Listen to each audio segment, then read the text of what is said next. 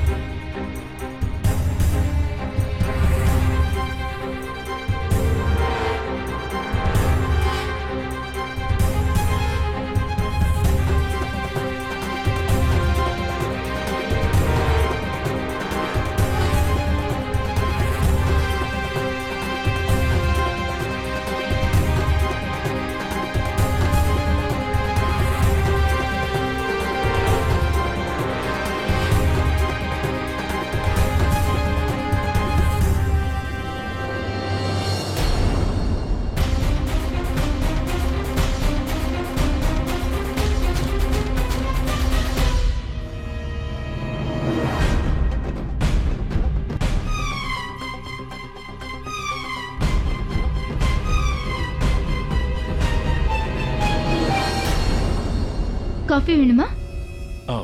இல்ல, எனக்கு எதுவும் வேண்டாம் ராணியம்மா, ஒன்னும் தேவையில்லை. என்னாச்சு? என்ன? எனக்கு ஒண்ணும் இல்லையே. நீங்க ரொம்ப டயர்டா இருக்கீங்க, டென்ஷனா இருக்கீங்க. உங்க முகம் பார்த்தாலே எனக்கு நல்லா தெரியுது. ஏன் இப்படி கண்ணை முழிச்சு வேலை பார்த்துட்டு இருக்கீங்க? தூங்குங்க. இல்ல ராணியம்மா, இன்னும் கொஞ்ச நேரம் மட்டும். அப்படின்னு சரி, நான் போய் உங்களுக்கு காஃபி போட்டு எடுத்துட்டு வரேன். அது மட்டும் இல்ல, எனக்கும் என்னமோ தூக்கமே வரல. சரி, போய் காஃபி போட்டு கொண்டு வா.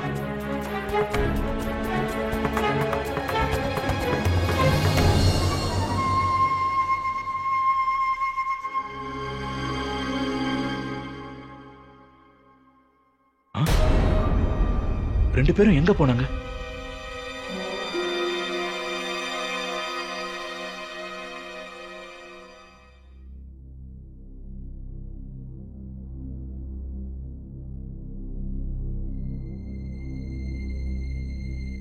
என்னாச்சு அஸ்வின்? எதுக்கு எனக்கு மெசேஜ் பண்ணி இங்க வர சொன்னீங்க? எதுவும் நடக்காத மாதிரி நார்மலா இருக்க சொன்னீங்க. எதுக்கு? யாரும் நம்மள வாட்ச் பண்றாங்க. என்ன? ஆமா, உள்ள இருக்கிற பொக்கேல ஒரு கேமராவை பார்த்தேன். கேமராவா? பூக்களுக்கு நடுவுல இருந்துச்சு. ஆனா இப்படி எல்லாம் யார் பண்ண போறாங்க? எதுக்கு இதெல்லாம்? I don't know. ஆனா யாரும் நம்மள வாட்ச் பண்ணணும்னு நினைக்கிறாங்க. அதனாலதான் நான் உன்னை இங்க வர சொல்றேன். எங்கெல்லாம் கேமரா இருக்குன்னு எனக்கு தெரியல. இப்ப நம்ம என்ன செய்யறது? எதுவுமே நடக்காத மாதிரியே நம்ம நடிக்கலாம். அலர்ட்டா இருக்கலாம். எங்கெல்லாம் கேமரா வைக்க முடியுமோன்னு பார்த்து நம்ம ஜாக்கிரதையா இருக்கலாம். ஆனா இந்த வேலையை பண்ணக்கூடியது ஒருத்தன் மட்டும்தான். பட் அவனோட பேரை சொல்ல நான் விரும்பல.